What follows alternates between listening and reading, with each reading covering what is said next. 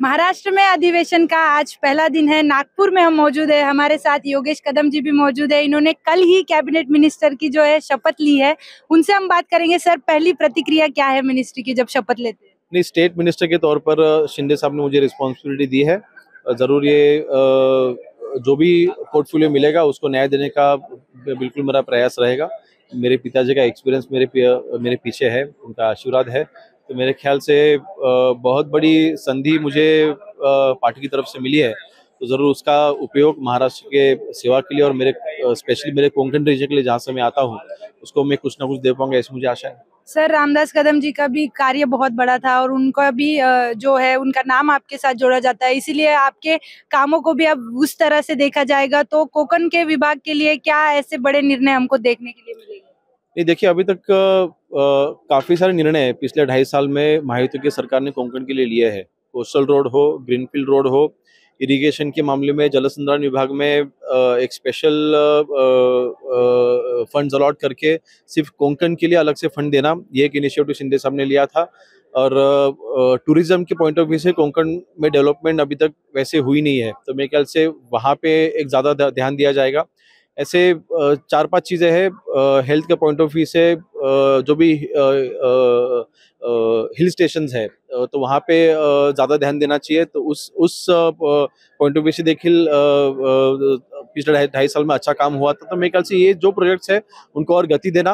फडणवीस साहब का और शिंदे साहब का कॉन्डिनेशन काफ़ी अच्छा पहले था और आज भी है, तो मेरे ख्याल से आज उस ब्रैकेट में मुझे भी जो अपॉर्चुनिटी मिली है, तो डेफिनेटली ये सब मुद्दों को लेके कोंकण को जो भी मुद्दे हैं उसके डेवलपमेंट के लिए, अगर वो पोर्टफोलियो मेरे पास नहीं रहा फिर भी मेरा जरूर वहाँ पे एक फॉलोअप रहेगा। सर, महायुति में जो है और भी कई विधायक है जिनको मंत्री पद नहीं दिया गया है, वो भी बहुत नाराज दिख रहे हैं और उनकी भी काफी प्रतिक्रिया वो भी मीडिया में खुलेआम दे रहे हैं। तो उस बारे में आप क्या कहना चाहते हैं? नाराज होना मैं समझ सकता हूँ, क्योंकि देखिए, जैसे आज मिनिस्ट्री मुझे मिली है वैसे उनको भी एक्सपेक्टेशन थी जो गलत नहीं थी। आज वो भी 3 लाख जनता में से चुन के आए हैं, लोगों ने उनको भी मैंडेट दिया है, उनके पास भी एक्सपीरियंस है।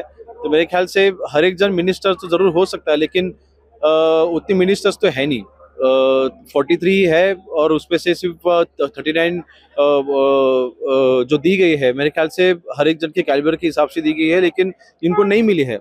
फ्यूचर में जरूर शिंदे साहब है, फडणवीस साहब है, अजीत दादा है, उनको उनके लेवल पे उनको जरूर उनकी नाराजगी दूर करेंगे और जरूर अच्छी रिस्पॉन्सिबिलिटी उनके ऊपर देंगे। सर, बांग्लादेश में हिंदुओं पे काफी अत्याचार हो रहे हैं और बहुत अलग अलग तरह से महाराष्ट्र में भी लोग उसका निषेध कर रहे हैं, प्रतिक्रिया अपनी दे रहे हैं। तो आप जैसे एक लोक प्रतिनिधि हो और अब एक स्टेट मिनिस्टर की भी जिम्मेदारी आप पे है, तो आप क्या प्रतिक्रिया दोगे? नहीं, बिल्कुल, मेरे ख्याल से पूरे जग में नरेंद्र मोदी जी ने जो अपनी छवि तैयार की है, जरूर वो इस इशू को भी अच्छी तरह से हैंडल करेंगे और वहाँ के जो हिंदुओं हैं उनको न्याय देंगे, ये हमारा विश्वास है।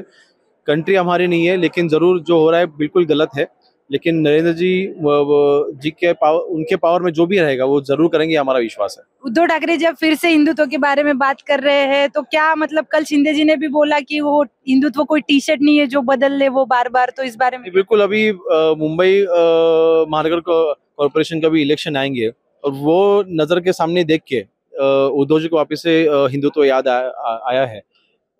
मेरे ख्याल से वो जब भी खुद चीफ मिनिस्टर थे तभी उन्होंने कभी भी हिंदुत्व का मुद्दा कभी छेड़ा नहीं, कभी उन्होंने उस तरफ ध्यान भी कभी दिया नहीं। खुद के पिताजी को जब वंदनीय हिंदुहृदय सम्राट शिवसेनापुरम बाला साहब ठाकरे ऐसे करके हम उनको बुलाते थे, हिंदुहृदय सम्राट कहना भी उन्होंने बंद कर दिया था। तो मेरे ख्याल से जैसे जो उनके ऊपर टिप्पणी की है कि हिंदुत्व कोई टी शर्ट नहीं है, तो मेरे ख्याल से बिल्कुल योग्य है। बिल्कुल, धन्यवाद सर। जैसे कि आपने सुना कि ये थे योगेश जी, जिनको स्टेट मिनिस्टर के तौर पे जिम्मेदारी दी गई है। कल ही इनका शपथ विधि जो है वो पार पड़ा है नागपुर में ही। और इनकी जो प्रतिक्रिया है उद्धव ठाकरे के बारे में, ये कहते हैं कि अगर हम खुद हृदय सम्राट बोलते हैं बाला साहेब ठाकरे को, और इन्होंने तो बीच में ये बोलना भी बंद कर दिया था, तो अब फिर से हिंदुत्व के रास्ते पे क्या ये बीएमसी इलेक्शन जीतने की कोई साजिश है?